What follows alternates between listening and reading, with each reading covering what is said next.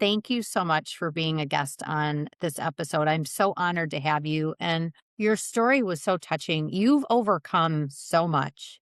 And do you want to just start from the beginning of That's where it always eh, starts, right? I- I speak a lot of schools, and I usually joke, like, my story, like, starts like everybody else's. I was born. yeah, but But then I you're get into the circumstances around that, right? the circumstances around that and just oh my gosh, the journey it's taken you on. So why don't you explain to everybody, I always like to explain, like, I'm going to talk about my mother and our relationship, and it's going to sound ugly at first, but it ended beautifully. So we'll get around to that part. She was born into a home where she literally lived in a closet for a good part of the time there. Went to the bathroom in a wastebasket, was in complete darkness much of the time. Would get beaten and her face put in if she missed her waste basket and didn't go to the bathroom the right way. And then at 13, she was asked to leave the home because there was a new baby on the way. And she began her life wandering home to home trying to find a home. Very sick, very broken mentally. So she didn't do well in other people's homes either. So it didn't yeah. last very long. That cycle continued with her, and then she was picked up one day by a sweet woman, brought her home, said, "We'll take care of you," and she began a life with the first real family she had had that was really trying to help her and love her, and she started going to school and getting her life together and working through, being a normal kid. And then while she was there, the oldest son came home from college. He made some gestures like he was trying to get at her. Apparently, they moved her and tried to protect her, but he ended up physically assaulting her, raping her, and she was devastated. It was her first sexual experience. She went to the mother, who was her mother type figure, and she said, "It's time for you to go." So, unfortunately, it was another abandonment for her, and she left, ended up in a homeless shelter in Toledo, Ohio. And then she found out she was pregnant, and she of course, was in, I think back, I don't know a lot of details about that, but I know a lot of homeless shelters. I've worked with them. Usually they're faith based, usually a lot of Christian people around. So I'm sure there was encouragement to keep the baby. I think also back then it was 1968. You couldn't just get an abortion like you could currently. So I think that was probably another reason she chose to keep me, but she did choose to keep me. She said her idea was that she was going to have a family because she had nobody else. She would love me, I would love her, and it would turn out beautifully. But Yeah. that sounds great until you have a child. You're a single mom without any family support, and you're trying to work and do life. And I was a screaming, kid with colicky problems and just not easy to raise me and deal with me, especially with her background and no real tools even to run her own life. So it went quite differently than she had anticipated. Yeah, and for you as well. Mhm. Fast forward to who raised you? Yeah, so my mother raised me. She started living in an apartment over a garage, and she was struggling to go to work. She had no support for babysitting. So the sweet neighbors said they would babysit me. So I was at their house. So she was able to work while I was there. That started about 2 years old. At 6 years old, she had been working out of that apartment, and I had been living in their house most of the daytime. And they found out that the oldest son there had been sexually abusing me since I was a little boy. So that was kind of a devastating moment. My mother told me, because she told me when I was in my 40s, is the first time she talked about it. And she said she shamed me and she screamed at me and she beat me and told me I was dirty and I was bad. She said I had been acting out very strangely toward adults and other people, sexualized behaviors. So she was constantly disciplining me and, telling me I was gross and bad, obviously not understanding what had happened or what I was going through, Yeah, but and nor did you.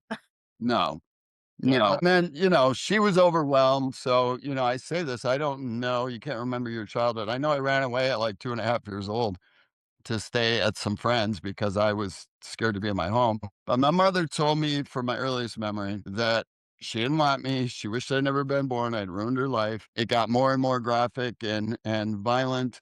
I made her sick to look at. I was dumb. I was stupid. I was ugly. A lot of the things that were said to her. She was saying to me, and I just took it all to heart. I felt horrible. I did this to my mom. She can't stand to look at me. I'm so gross that, I make her feel sick. And, you don't know any better as a child at all.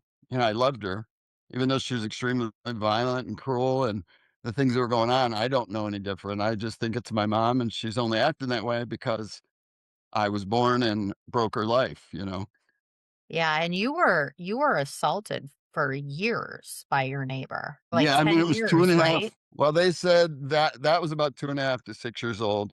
My mother got married and divorced, but we moved to a new town, and my dad was in horse racing, and there was a neighbor, his son, I'd see him at the racetrack, and so they lived in the apartments behind our house. First night I stayed the night with him, his father sexually assaulted me, and it progressed from there, so that was, right after I gotten away from the other person, but that continued to about the age of 12 when we moved to a new community and I got away from him. But it was not only him, it was friends of his, it was strangers, people I didn't know, it was his son, his daughter, other people's children, other kids. It was, pretty disturbing, disgusting, and it got much more violent and um degrading and, like humiliation and degradation stuff just to intentionally break somebody to, the core, I think, to say things like that to another person and use Right. violence made me watch them do violence to animals and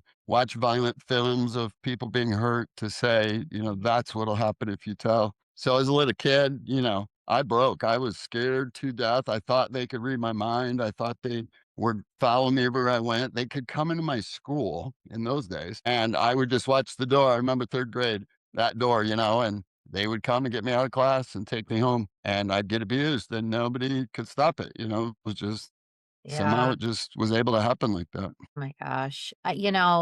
When you were telling me this story too, it was, what you've overcome, nobody should have to go through what you went through, but you managed to do that, and you've got this beautiful life and beautiful family now, and we'll talk about that, and how you because the resilience that you have, like where you get that from. I wanna talk about that with you, but what happened when, you were 18, 19? Yeah, so a big event was 12. We had moved and I got away from my abusers. Puberty was kicking in.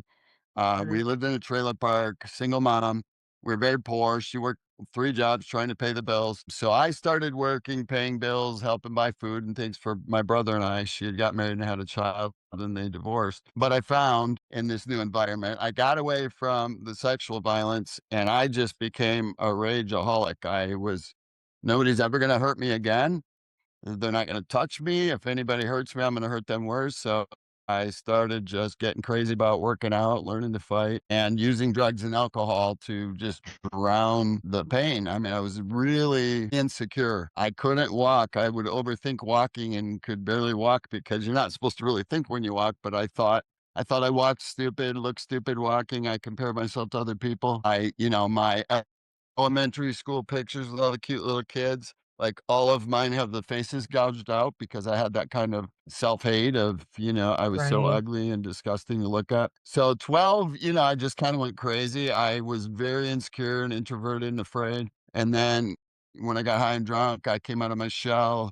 I made friends. I would do really extreme things to get attention. I'd pick fights. I'd, do crazy stuff that everyone would talk about on Monday morning at school. I eventually got kicked out of school, of course, because mainly violence, but also drugs and alcohol, and just trying to manage being just drunk enough to make it through the day without being too drunk that I couldn't make it through the day. It was, whiskey in my coffee, whiskey in my Pepsi bottle in the morning before school. My wife, who I married later, used to ride my school bus. She was a little girl, and she said they used Well, to always grab my bottles and smell them, and they were kind of afraid of me because I would go off and there'd be a big fight on the bus, you were something the like that. rebel. But as I was growing up, my mom and I got to a point, she hit my brother once and I was getting beaten and I was pretty big. I was big. I could beat anybody up, but my mother, tiny little woman, could beat me to a pulp. And one day my brother came in and said, "Mom, stop," like tried to protect me.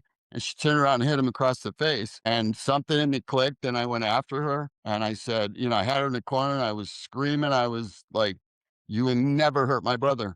And I saw the fear in her eyes, and I realized how big and scary it really was to her. And I decided that day, like, well, I'm not gonna let her hit me anymore either. And it kind of the violent part of it ended at that point. The words continued, but she didn't physically hit me anymore. I was I got kicked out of school. I was trying to work. I was trying to get sober, trying to work. Oh, I was in lots of rehabs, lots of mental hospitals, lots of counseling offices. Didn't tell anybody anything about sexual abuse. I didn't tell anything about my mother's abuse because everybody was threatening me to tell. So I just was afraid to talk to anybody and didn't trust anybody. yeah, how could you? And yeah, but I did meet a girl at a party. She was young, she was beautiful. We started talking, got to know her, found out her mother had taken her own life. Her dad and her were fighting. The girls got up and said, "Dad, get off of her." When dad got off of her, she shot herself. And the girls all saw it happen. So we had kind of this intense, crazy mom story that we kind of bonded over. Mhm. And I was with her for a couple years. I felt loved. I felt like I had a reason to live. I My mother used to tell me to kill myself a lot. She would try to kill herself a lot. She would take me to the train tracks and get me out of the car. It'd be pitch black at night, and she'd leave me there and say, "Don't come home." And I remember the walk home, just the shame and, I'm going to get beat up for not dying and, those kind of thoughts. And she would wake me out of bed some nights. Just I'd hear her screaming and crying, and I knew she was having a breakdown. And then she'd pull me out of bed by my hair and drag me into the kitchen, and she'd set me in a seat and make me hold a knife to my throat and scream at me to put it through my jugular vein. And the one night she was yelling and yelling and yelling, and I couldn't do it. She took the knife from me and then cut herself. And she went to the hospital and said, "Look what you did." And so it was just, we had a very sick, toxic, trauma bonded relationship. Mhm. But this girl fell in love. I was trying, like, all right, I'm going to get my life together because I got a reason to live. It was bad. I mean, I cheated on her. I was insecure, you know, wasn't healthy at all, but we didn't know any better. Yeah. But I came home after 2 years. We were engaged to be married, and her dad was an alcoholic, never came home, so we kinda played house, and I lived with her, but I came home early from work, and there was somebody in our bed, and I saw that, and he was big, so I just left, and I went out and got wasted drunk and came back later to deal with it. But that was the big night. Like, that was my final night of the old life because I just fell apart. I decided Mm. it proved that I'll never be loved, that I'm not good enough, that, Mm. 2 years of loving somebody was fake, and I can't trust anybody, and I'm too gross and disgusting and unlovable. And so kind of went, not kind of, stole my mother's car, drunk, crashed it. I had a couple friends in the car, left them in the car injured, and I got out and I ran the rest of the way to her house and then attacked her friend, her sisters, and her friend that were there. And then the police came, and I attacked a police officer, dragged him over a wall backwards, and got beat up, as you can imagine, and then thrown in the back of a car. I wish I remembered the night. I was too drunk to remember all the details, but I do remember the police officer that I had pulled over the wall being super kind to me, and he was concerned if I was all right. It was bizarre to me that I just attacked you. I attacked these girls and I'm going crazy and I'm this guy. I'd been arrested a lot at that point. Most of them knew who I was, but there was compassion. So I don't know if, a guy knows when you get cheated on and how you feel. Most people know how it feels, but he was kind and they didn't put me in jail. They brought me home to my mother's house. Went from that crazy scene to being dropped off at my mom's house, and then they pulled away, and that's when it really hit the fan. Took all the phones away from everybody. I pulled all the phones out of the wall, and I proceeded to smash the house to pieces, punch things, break things, flip refrigerators, throw TV sets, break windows. I would go outside the house and run around the house to make sure my stepdad, who was locked in his room, wasn't trying to sneak out. And, when I think back, it was a scary, scary scene. I feel sad for what they went through, but I just had lost it. Never gonna hurt my mom because it's all her fault. You hurt me and my life's like this you know, but I went down to my basement and I had, as you can imagine, thought about suicide probably every day of my life. Yeah. Somewhere along the way, I think it was in elementary school, they had a church camp for troubled kids. The public school would send kids to this camp. Only exposure I've ever had to God at that point in my life. We didn't go to church. We didn't have like that in our life. So I can only imagine that that was a place. I know I didn't want to leave when camp was over. I tried to hide in the woods and live there. And they Oh, told me nobody lives here. You can't really live here. But I did. I tried to escape. Like, I'm just gonna live here. They sing songs and they say God loves me, and the sweet lady reads these stories to us every day. It was a retreat. But man, I'd sit something down you on the never tracks. something you never had experienced ever. You were No, like, it was "This is really great." just bizarre and different.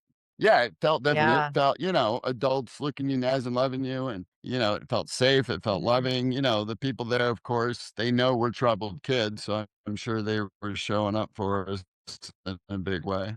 But yeah, that is the only way I can understand why every time I would try to take my life, I would be afraid of heaven and hell and that whole eternal God thing. Yeah. And it made me so mad because, like, why am I thinking about that? I don't even believe in God. Why am I worried? And why am I so concerned? But it always hung me up and it always kind of got me afraid of like what is forever and what if. And, so it was Mhm. a barrier. Yeah. Until the night everything went bad, and I decided that night that I was done, and I talked to God, and I said, basically, "You suck.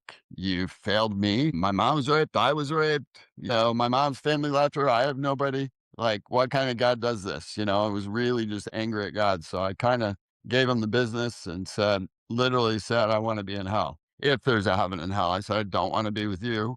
I hope I go to hell after I kill myself in the morning because I plan to kill myself." And I had put my gun in the car. Yeah, I just kind of cursed God and just said, "I'm done.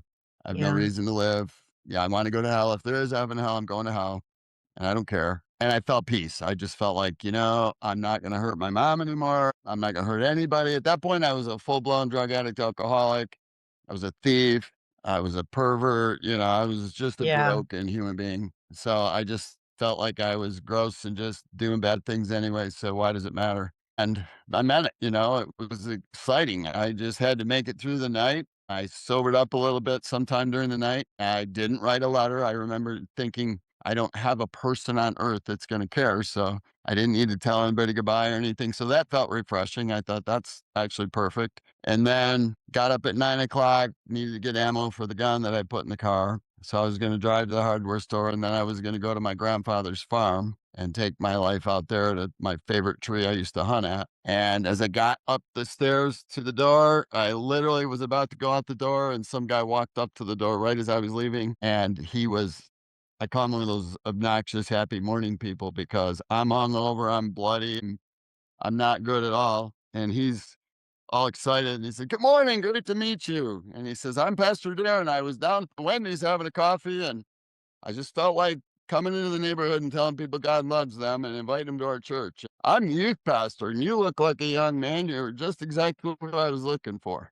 So that just happened. And I That was, is, like, unbelievable. yeah, I mean, we just met him 20 years later and he's still as overwhelmed as I am about that day because of how it played out for him. But I originally attacked him with words. I said really horrible things to him. I told him things about my sexual abuse I've never said to a soul because I wanted him to know, like, "Hey, little churchy guy, you don't know who you're dealing with.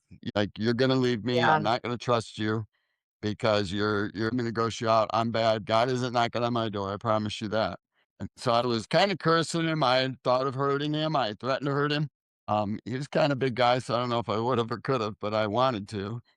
And then, I tell people I got my mustard seed moment where something in me just said, "What are the chances that of all the days in my whole life, this is today?"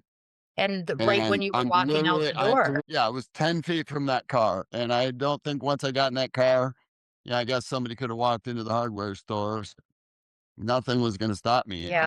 So I had to question that. So I just my mind says, "Doesn't make any sense." Like, I'm a bad person. God wouldn't come for me. Like, Yeah. God wouldn't care that I kill myself.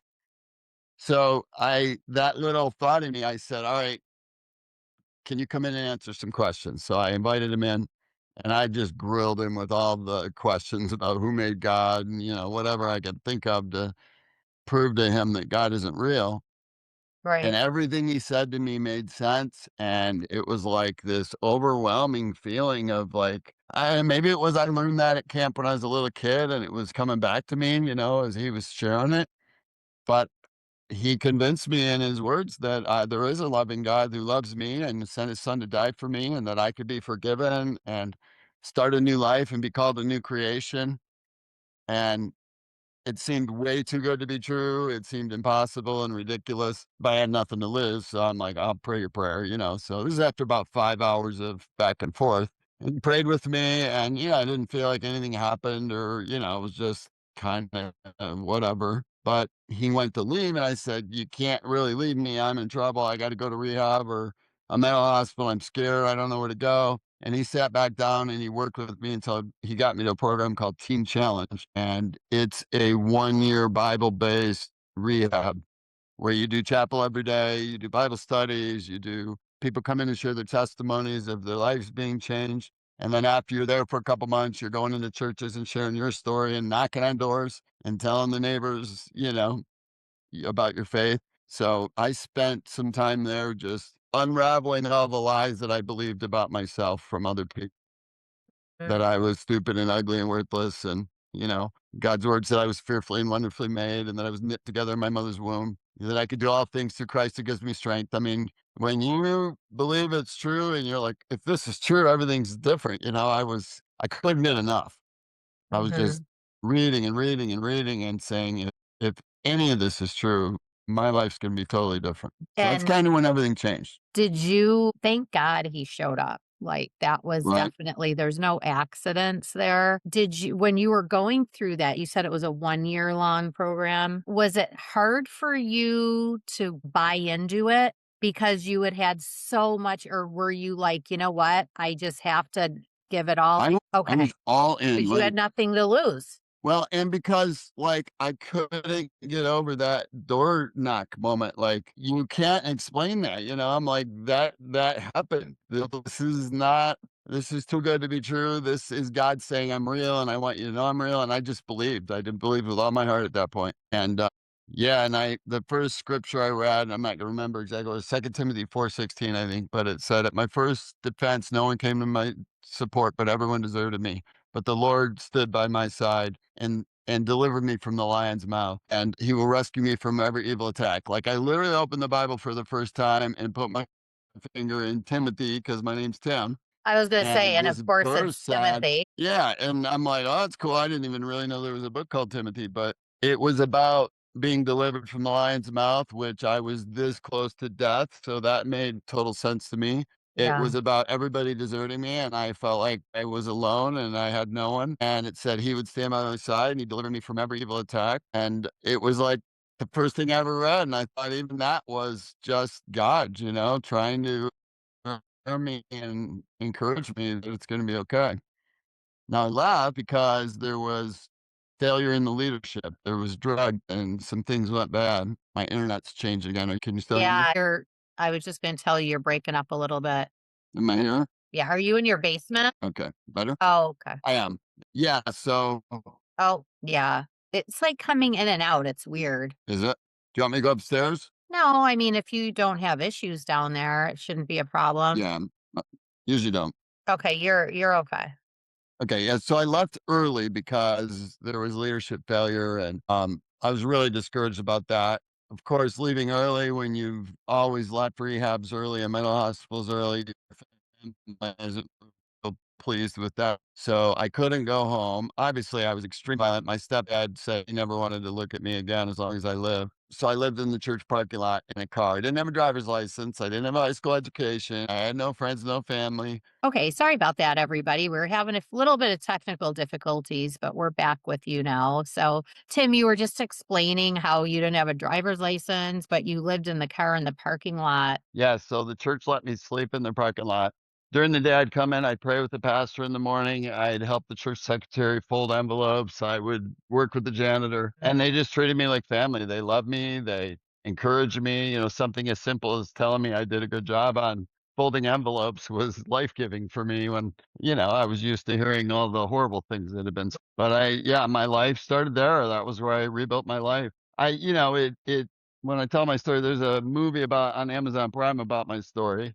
I was gonna say there's a whole documentary, which, is incredible. But I think it doesn't tell the full story, like, I think as I'm telling it and people hear what they wanna hear and tell it. The truth is, like, early on, I was in that car and things were great, but there were days where it would come flooding back and I'm Yeah. like, "I'm not gonna make it." And I'd have these goofy people I didn't even know jump in the car and pray with me, and there's this Mhm. goofy guy named Lenny that had, like, 8-foot arms and, he'd praise God in church like this, and he'd get in and he'd just say, "No, no, we're not giving up," and he would just pray for me, and the man saved my life. He didn't even know me, but he Yeah. encouraged me on the days I was ready to quit. He would just show up always at the perfect time when I was getting discouraged. At what point, because that was a pivotal moment for you going to that program and then becoming this church taking you in and treating you with love that you've never felt in your life and family. But there's still setbacks, Yeah, obviously. yeah. That's how life is. Mm. But at what point did you get to a real turning point? Because, like, you have this amazing, beautiful life now. Like, what was I mean, it sounds like there's so many steps along the way, but it had to have been so hard to, like, literally keep the faith. Yeah. Yeah, I started working again, kinda rebuilt my life. I got my GED, was trying to build a life, was hanging out, meeting new friends, really starting to live, and, went to college, eventually because I was tired of losing jobs to people with education, so I decided to try college. It was a 4.0 in community college, so I was able to make it to university from there, and, I was, freakish, I say a mentally ill 3.97 GPA because I think I was trying to just battle the idea that I was stupid, And so I studied manically to make sure I got good grades, which was cool because I went into accounting and accounting information systems and, the grades gave me incredible job opportunities. But, yeah, all that was changing me, meeting friends. I met my wife. She was just a friend for a while. She I was went to gonna the say, you guys connected again from when you were little. Yeah, I walked in the church and they all started whispering and looking, "There's that crazy guy," and it was a small town, so a lot of people kinda knew of me and knew kinda my craziness, but yeah, and then I was crazy about my faith. They were all church kids wanting to go out and try smoking pot and doing bad things, and I was like the big brother, like, "You guys are idiots, like, stay here and do what they're telling you. You don't want that, it's not good out there." Yeah. But met her, she just became a really dear friend for a while before she became my wife. But that was significant. I got through college, married her while I was in college, and we started a life together. And a lot of my growth came from having that close, intimate bond with her and our bond with our faith, Mhm. where it was just able to seek God every day in some really powerful ways. I will tell you some of the trauma was there and buried and hidden. It was a very charismatic church. They call it name it, claim it church. You go to the altar and pray and you're healed. So I think I was walking in that idea that, oh, I'm just healed because I got prayed over and because I have Jesus. And, as life came along, those things trickle out and I had to face some demons along the way. Of I course. graduating college, I had a meltdown, like almost self-sabotage because part of me was somehow feeling I don't deserve it or I'm not good enough, Mhm. and so I had this weird I should be really happy, but I didn't feel happy. I worked a job that was really demanding and hard and I struggled. Very introverted job. I'm not introverted, so I struggled for a while and was crashing and burning my self-esteem and self-worth, like I failed, I'm no good. So it was always kind of in the background trying to sneak back up and get me. I was Mhm. 38 before I told my wife that I had been sexually abused, and it was like the world ended. It was a surreal experience of I don't know, everything changed because I was so groomed and conditioned to never tell anybody or everything was gonna go wrong, that when I finally told, it felt like the world had ended and it was going to end. And even though I intellectually knew that wasn't true, there was this feeling of doom, feeling of, she's not going to love me and want me anymore, and all kinds of shame feelings and stuff. So that's when I started digging in there a little bit more. really Yeah. trying to understand, the sexual trauma and how it affected me and how to heal that. And that, that took a while. That was layers of, Yeah, I can't even imagine. At what point, because you rebuilt your relationship with your mother, yes, yes, yes, yes. and, the story is it's incredible. It's just, the story of, like, I think your faith guided you to that, and can you explain that a little bit? Like, how that all came to fruition? Yeah, when you're a Christian, they say you're supposed to forgive. And, so I somewhat early on said, okay, I forgive my mom. But when I got around her, I would shake, literally. Yeah. I would feel anger. And my wife would say, "Hey, something happens when you're around your mom." And I'm like, "No, it doesn't. I'm fine." And finally I had to get honest, like I had forgiven her, but there was still something wrong. I couldn't get it quite right. So I did go to God and start saying, I don't know how to do this. Like I said I forgave her, but I still feel anger and things like that. And so I sat down to write like a forgiveness letter. And it was like you see in a movie or something where you write it, you crumple it up and throw it out. Had crumpled papers everywhere. Because when I would write it, I was afraid of hurting my mom because I had at this point really understood what my mom had gone through and Yeah. her journey. And I'm like, well, I don't want to tell her she was a terrible mom by saying, I forgive you for XYZ, right? So I was like, well, how do I do this then? And then I wrote at the top of the first page, Mom, I love you. And I want to tell you thank you that you were a homeless teenage girl in a homeless shelter who had been raped and you decided to have your child, which was me. Mm. And I I mean, I just started bawling, like, it hit me so hard, like, I've never really, really comprehended how big that was for her to do that. And so from there, I wrote a love letter, like, "I love you for working 3 jobs. I love you for trying to buy Christmas presents when you had no money," like, everything I could remember, and I feel like God just gave me lots of things All to tell. positive, it sounds Yeah. remembering all the positive things that And that's all I did. I just told her, "I love you for this, I love you for that," and it went pages and pages, and then my final statement on it said, Nothing that's happened in our past that would hurt you will I ever bring up for the rest of our lives." And she got on a Mother's Day, she read it every day for a year, literally, and after that year, like, the anniversary of that year, she decided to sit down and talk to me. And it was beautiful because most people don't really get to hear their parents say they're sorry like she said she was sorry. She felt unworthy of that kind of kindness because she had a lot of shame and guilt for what she had done. which you can understand. Yeah. So, yeah, we got in this beautiful place, and I basically told her, "Mom, I wanna help you get well," because she was still struggling with a lot of things, and I'm like, "She doesn't have to. I think I can help you." And so she kinda let me in, and I helped her find her way. She became the most loving, encouraging person you'll ever meet in your life. Like, she was dying of pancreatic cancer. She died a couple years ago. Yeah, And I she was remember you in the saying that. hospital telling the nurses, every nurse who ever walked in that room, "You're the most beautiful nurse I've ever had, and you look so good in that color." And she just reeked of encouragement and made people feel like $1,000,000 everywhere she went.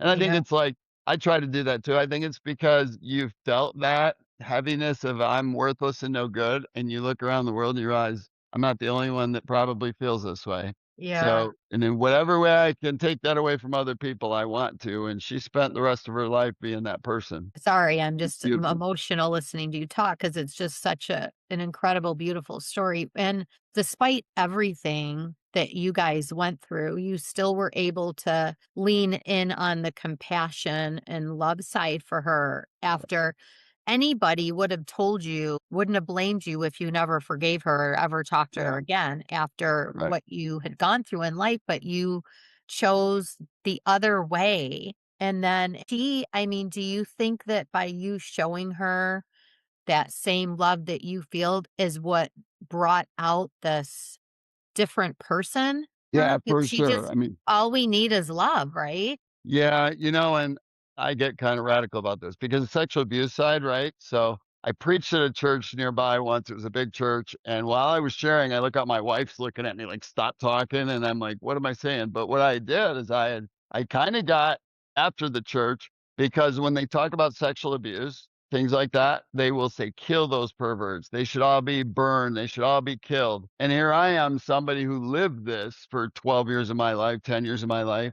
and I'm trying to forgive and be healthy and not have all this hate and anger and rage in me. And all these church people are telling me to have hate and rage and anger. And I'm like, that's wrong. That isn't God's heart. That isn't what he wants for us. And so, yeah, I do believe like if we can press in and understand why God's calling us to love, it seems like we're re victimizing ourselves. And I deal with this a lot because I deal with a lot of people with sexual abuse and things. And I never suggesting you go, hug your rapist and say, "Hey, let's be Right. best friends." But releasing your own heart from that hate and that bitterness is a really big deal. And I Mhm. think, yeah, loving her and giving her grace and showing her that it's okay was powerful for her to see. She didn't really get that. I actually asked her to go back and meet her birth family, so she did get reacquainted with her birth family, and that was beautiful too because she was afraid to go back. And after Mhm. we had reconciled, I said, "Why don't you try it?" And so we kind of went back and got their family back, and it was a lot of really beautiful things happened. But yeah, it was the love and the safety. Like we hurt each other so bad, violently, and we said words, and I took the high road. I moved back into the house after I lived in my car. She began hitting me and telling me I was worthless and all over again, and now I'm this person of faith. I'm being destroyed by her words, and I'm trying to stand up under it and not respond in violence, not respond in, the words and the things I used to do. I tell people I probably failed 10 out of 10 times when I first got there, but I kept, just trying to get there. And then I got to a point where she couldn't hurt me, she couldn't provoke me, and I would just say, "Mom, I love you. I don't want to fight. I love you. I am sorry," and she didn't know what to do with it. I made it matter for a minute, Yeah. but it did eventually create space for us to heal. Mhm.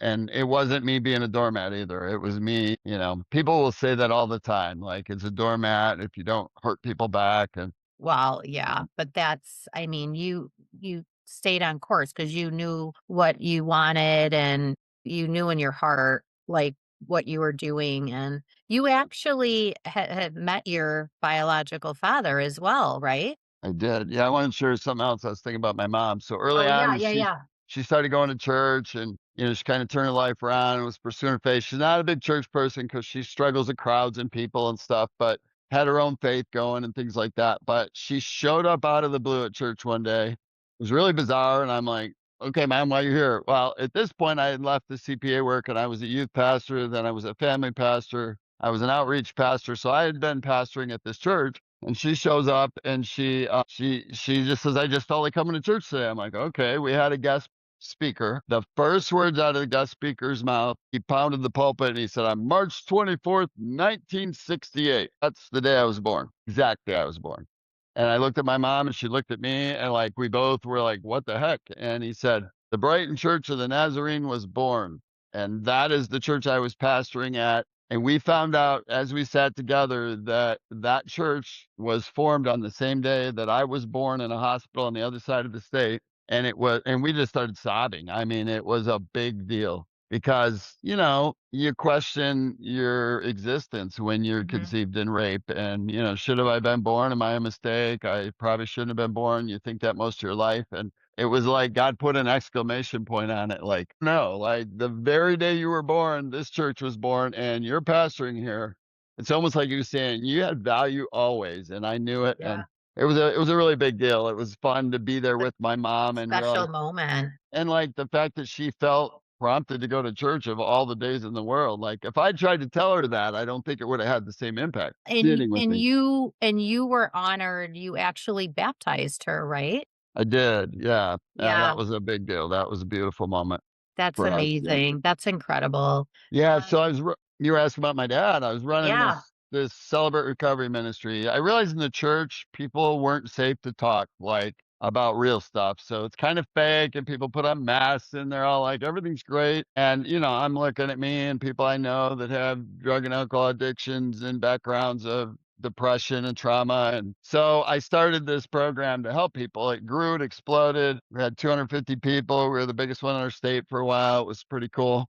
But we were having a party on a Memorial Day, and I was getting all these calls for potato salad. Where is it at? All this. So I'm answering the phone all morning. And then I get a call from somebody who's sobbing hysterically. And then they hung up. And so as a pastor, you go to hospitals and funerals and Yeah. you do a lot of stuff like that. So I'm in the pastor mode and I just started praying for this lady. I didn't recognize her voice. And I'm like, I'm probably going to have to deal with something today because that was serious. She was crying hard. And then the phone rang a couple hours later. It was her again, and she says, "I'm really sorry I hung up. I was overwhelmed." She said, "And I want you to know I'm sorry if this isn't appropriate. Please don't feel any pressure." She started saying all these qualifying things. And then she said, "I'm your biological father's wife, and he's in the hospital. He's dying. And I wanted to give you an opportunity to meet him because he's probably not going to be here much longer. If you wanted to meet him, Mhm. this will be So your own." he raped your mom, but he knew about you. He did, yeah, he did know about me. So, when he left, like, his sisters were angry because they knew their brother was this party animal, and Okay. my mom was like their sister, so they stayed in touch with her for a little bit, Okay. and there was a chance for him to give some child support and all that, but he wasn't that kind of person, so he didn't, he pretended it wasn't his, but everyone Right. knew it happened. So, yeah, so she called, said that. I just put the pastor hat on, I go to the hospital, and there's my dad in a coma, and so I met him, I kinda told him my life story and told him everything's good and prayed for him, and then I went down the hall, met my 5 sisters who had literally 2 months prior found out they had a brother for the first time in their life. Nobody knew, nobody talked about it. So, they had found out. A week after that, I did his funeral, which was insane. It was intense and overwhelming because I didn't know what to do. They don't go to church, so they said, "Since you're his son and you're a pastor, do the funeral." Well, when you tell a funeral home full of people that you're his son and nobody thinks he has a son, you should have saw the looks. Like, people were all whispering and looking Yeah. like, "Son? He doesn't have a son," so it was a Right. kinda interesting moment, but beautiful. Gave me about a 5-hour conversation with my mom about that. My brother said I should have pissed on his grave, and I said, "It's not about me," and he didn't really understand that, but, my mom then felt triggered because of what they had done to her, and I'm going there Yeah. being nice to her, Worse. so I had a really good talk with her about our lives and what God done in our lives and just standing in who we are and not going there. So, Mhm. like, I felt like she had still carried that from her childhood and still hadn't found a way to heal, and it brought her to a place of letting go, so it Right. was worth it too. But, yeah, that was pretty awesome and amazing. Most people don't get to do that. I had forgiven him in my heart, like, I said, "Oh, he's out there somewhere, I'll just pray for him." I Yeah. did find out I have a sister who was also conceived in rape. Her mom was date raped like a month separate from when my mom was raped. So she never had a father. And she talked to me after the funeral about trying to forgive him for what had happened to her and her life and family. So they all knew that your story that you were brought into the world through rape? Oh, like, so they didn't know that at all through the whole funeral or anything. They just knew as a kid. They thought my mom and him hooked up or something because he had other kids Okay. from getting pregnant, girlfriend's pregnant. So none of his kids knew anything. His Okay. wife didn't know anything. 2 years after the funeral, I was in that town doing a wedding, and I stopped by the house and I brought a copy of the movie, and I told the wife, I said, "Look, you're gonna run into this eventually. I want you to get it from me. Like, I don't know you people. I didn't know anything about you when this movie was made. And I just want you to have it. Know I love you and I have no hard feelings." And that's when they found out about the rape, and they didn't respond very kindly. My sister Yeah. called and told me I should die and get out of their life, and Yeah, I remember you telling me yeah. that's quite unfortunate. But one of my sisters had my DVD of my life story in her DVD player, and she had watched it for several years from a suicide talk I had done and had no idea I was her brother until the funeral, and That she that's defended me. insane. She came out and said, "You guys leave him alone. You have no idea. He grew up without a dad and we didn't." And Right. that was really cool. That kinda You brought it all back. I can't believe all of these series, and this is why, and I mean, I know you told me you had terrible night terrors and Mhm. you struggled, you name it, you went Mhm. through it, Yeah. and now you're a pastor, and now you're coaching people, and you have Thrive Coaching now. Do you wanna Yeah. explain a little bit about that? 'Cause some people might be listening to this and be like, "I gotta maybe reach out to this guy." Yeah, thank you, because I was pastoring. That was awesome and amazing. Like, I got to do that recovery thing. It exploded. We were in the jails and the mental hospitals. Like, they were people like me that were broken, devastated, and they realized they're not alone. And you help them find some safe people to Mhm. grow and heal with, and got to see beautiful things happen. And then churches can get a little goofy. So they were a little uncomfortable with the numbers of people that were coming. So we had a couple people didn't like that. We're in a very suburban community with money, and they're white and educated, and I'm bringing in the drug addicts and the prostitutes and everybody else, and they loved it until they didn't. There was some people that Yeah. just felt overwhelmed by it, and they wanted a church of all good, Mhm. clean people, even though Yeah. Jesus said he came for the sick, and there's And there's not one person in there that is, so, right, no. you So, know? but, my wife and I just realized, like, it was getting harder to align with some of that, and, I Yeah. don't you can do anything you want. You wanna be a Christian country club, go for it, but I Right, can't. right. Yeah. So we left, and it was kinda sad when we left, but all these folks from the church kept calling me going, "Wait, you were helping me with the marriage, you were helping me heal, like, can you still help me?" And then they wanted to pay me, and I was like, "I can't take money, I'm a pastor, I just do this?" But then realized it's probably what my pocket is dealing with people one-on-one and helping them, Mhm. especially people with trauma, really severe traumas and things, because you don't trust anybody. I couldn't trust any of my counselors. Right. Like, nobody's going to understand the levels of things that I've gone through and what it's like I was diagnosed schizophrenic at one point because I heard voices and people could read my mind, and it was all trauma related. But Yeah. you try to tell that to somebody who's never gone through that, and you can just see they don't get it.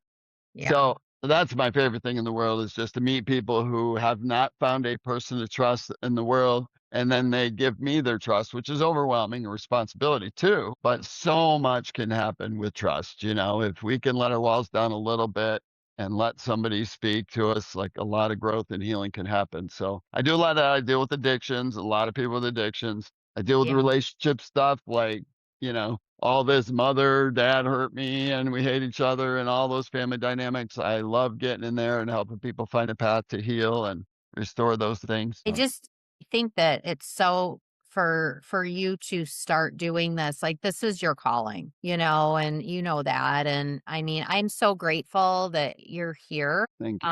I'll definitely include all your contact information in the show notes because I'm Thank sure you. people are gonna wanna reach out and watch your documentary that's on Amazon. What is it called again, Tim?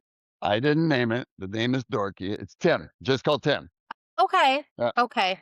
Because I had written down Tim and AI, but I don't know what the AI thing is. I didn't know I what. mean, it's called Tim. It's 30 minutes long. It was made just for your audience. I don't know what your audience backgrounds are, but the lady who made it is like an over the top churchy lady. Like, she's a little kind of crazy, Jesus-y, Yeah, to an extreme. Not always helpful for people that are coming from outside the church. She could have made it in a way that would have offended the world. But the guy that took over, she was at a film school. The film school director took over because he liked the story and he helped her do it. And because he's an atheist, he kind of dumbed down the God part of it. And she was upset about it. But now that it's landed and it's there, like, somebody who has no faith whatsoever doesn't feel fear or concern that I'm going to be some weird Jesus guy toward them. yeah, right, yeah. Because that some people that can be a turn off to them, and you're definitely not that person at all. Yeah, and it absolutely can be hard, and sometimes the way people deal with things from a church perspective can hurt. I was in that charismatic church that says you just pray and you're healed. Yeah, That is dangerous to tell people with severe trauma. Like, right. there's things I've been instantly delivered from and healed from, and there's other things that I will work on to the day I die, I'm sure. Right, And and so, the fact that you're very open to if you still are open to anybody, like, you yeah, wanna help them, and for that sure, for says sure. so much about you, and it's just putting that extra layer in there that you can be trusted. Right, right, And exactly. I want, and you're right, it is very hard to find people to trust when you go through trauma and you always have a wall up. So I want people to hear, like, when you listen to Tim, like, he truly is sincere. Like, this is his calling. This is coming from the heart. It's not, you're not motivated for money or have an ulterior motive. Like, this is what you're here to do. And your story has just been such an inspiration for me. And I know it's going to be for a lot of people. And I just thank you so much for being vulnerable and sharing. It's just been such an honor. Thank you Thank so, you. so much, Tim. Yeah, thank you. Thanks for Hey, having me. welcome our trauma rock star. Welcome to the trauma rock star family. That's why I reached out. I saw that name. I said, I got to meet her because Well, that's you cool. are. You if Mhm. anybody is, you are. So, thank Isn't you for everybody? Isn't thank everybody who's lived through trauma? anyone that's Yeah, just trying is. getting up. And you, I mean, honestly, you're so kind, and I just thank you so much for, thank you for just being you, Thank you because the for being world you. needs you, and I'm so glad that you're here. So, Thank you. Thank you. thank you. The content on this podcast revolves around personal life experiences and is meant to serve as a learning tool. I am not a certified therapist or medical expert. This podcast doesn't offer medical, psychological, or professional advice. If you're curious about your mental or physical well being, feel free to reach out to a licensed healthcare professional for assistance.